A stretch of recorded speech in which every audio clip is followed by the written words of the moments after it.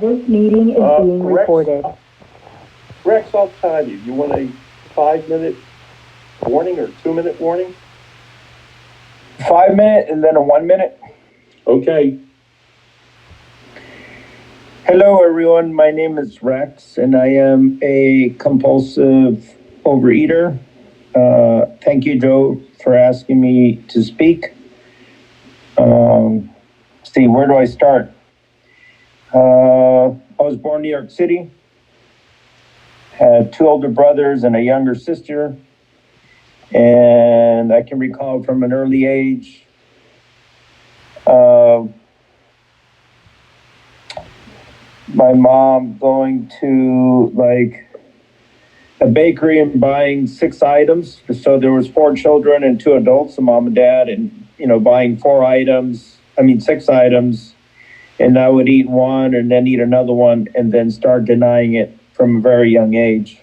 Then when it came like, who ate my this? And I would deny it. And I would, raid the refrigerator at night, like birthday cakes and stuff like that. I would just eat like half of them. And then again in the morning or whatever, like, who ate that, And I was the one that was getting bigger and bigger. So my parents or my dad decided to start locking stuff up in the bedroom with a key, and the sweet stuff, and that for me those are my alcoholic foods, what I choose to call alcoholic foods. And so a few times I would, if you ever left the door open, I would run in there and grab and steal something, as a young boy, and, always waiting for the opportunity to go in there and snag something. And, it wasn't until years later I realized, I didn't know that I was stealing or whatever. And so I'm going to fast forward a little bit. At around age of 10, my mom took me to a dietitian. And what I remember at that age was that I went to an office and a lady would tell me to stand on the box, and then there would be some numbers. And she would either tell me that I was doing good or that what's going on. So either I was doing good depending on the numbers. So that's how she figured I was doing good or not. So, and that's how I internalized it. And I even found a way around that. I wouldn't eat right before I'd see her, or I would even not eat, or drink water or nothing right before I see her. So she would say I did good. Little did she know. But anyway, who was I fooling anyway? But it was only myself. So, did a lot of pretty active boy, I think I was in my 200s and then 220s, and, started doing a lot of diets. And so I joined the military, and so I went on a diet to join the military. Bad mistake. I barely got in at 22% body fat, which was the maximum you can have when you join. Or I think it was 22 or 23, 22%. So I got in right. They told me, well, you're right there at the border. You've got to be careful, But they let me in anyway. They let me join. I was in the Navy. And when I was in the service, they do what they call PRT, physical readiness tests, and twice a year. The physical part, I didn't have too much problem. Well, the running a little bit, but the push-ups, sit-ups, but the weighing, them weighing me was the problem, yeah, because I was big around my waist. And so that became another thing of dieting and then letting go, because it was every 6 months. So I knew when the time was approaching that I would need to start losing the weight again. So even in my military years, there are some PRT coordinators, and those are the people that, measure you and test you on your physical readiness. And some of the things I did, which I'm not proud of, but it was all part of my eating disorder. I paid one of the guys $20 and he passed me one time.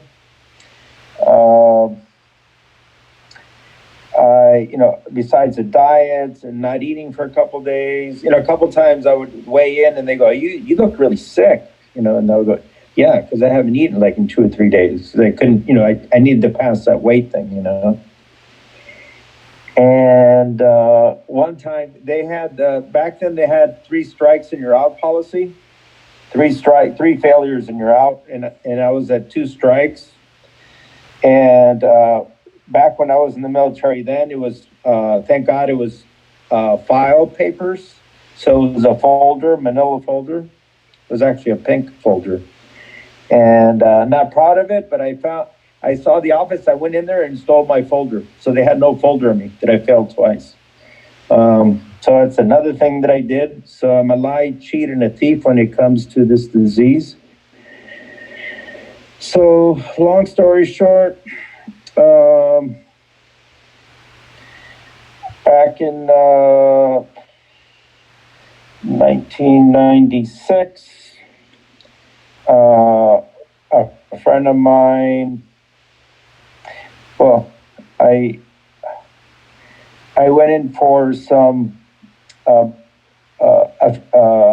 annual exam, and the doctor told me, "Are you having a problem with alcohol?" And I'm going to mention a little bit of alcohol because it's part of my story. And I go, "No, I don't have a problem with alcohol at all."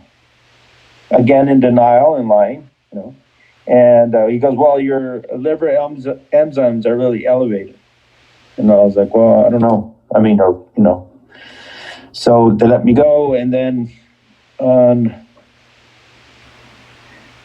July 5th, 1996, I got called into the office. And that July 4th, I got really, really drunk. Went to a bar after the fireworks. Anyway, so I got called in, and they said, "You need to go to medical." So I went to medical, and the doctor took some blood work, and they said, "You're intoxicated during working hours." And I was like, "Oh, shit." So we're going to, we can take your rank away. What did they say? 2 months without pay, or 2 months with half pay, reduce your rank, and 60 days restriction or something like that. Or you can go to a treatment center. And my first question out of my mouth is, do I still get paid and keep my rank if I go to the treatment center? He goes, "Yes, keep your rank." I go, "Okay, I'll go to the treatment center." So I went to the treatment center, and it was in Miramar, California. Now it's a Marine base. And it was called SARS, Substance Abuse Rehabilitation. And when I was being triaged there, they diagnosed me as a compulsive overeater. What the guy gave me was the 15 questions of Overeaters Anonymous. I don't remember the questions. I wish I had them in front of me, but it was something like, do you eat when you're not hungry? Do you eat when you're happy? Do you eat when you're sad? Do you eat when you're sleeping? Do you eat when, I don't remember. Do you eat when you're awake? Anybody recall those 15 questions? So I took that, and I thought that was normal, everything. He goes, "Well, your primary diagnosis, alcoholic, second one, compulsive overeater." Thank God the military, back then in 1996, they were, part of the treatment was based on 12 steps. So he said, besides being inpatient for 6 weeks, after we were doing whatever we were doing inside, treatment and exercise and whatnot.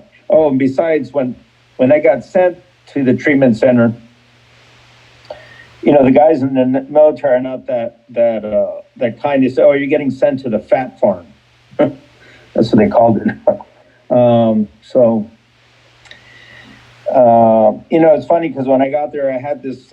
It was in the middle of July. I was and it was summer, and I had this foul weather jacket, military, because I couldn't close my pants, but I had this jacket on because I couldn't close my pants, and I didn't want to go special order military pants.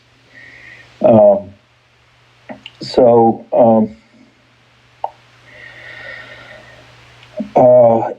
I can see where he can diagnose me by just looking at me and giving that 15 questions. But so luckily for me, thank God for that doctor that diagnosed me and sent me. So he said, you have to go to 5 AA meetings.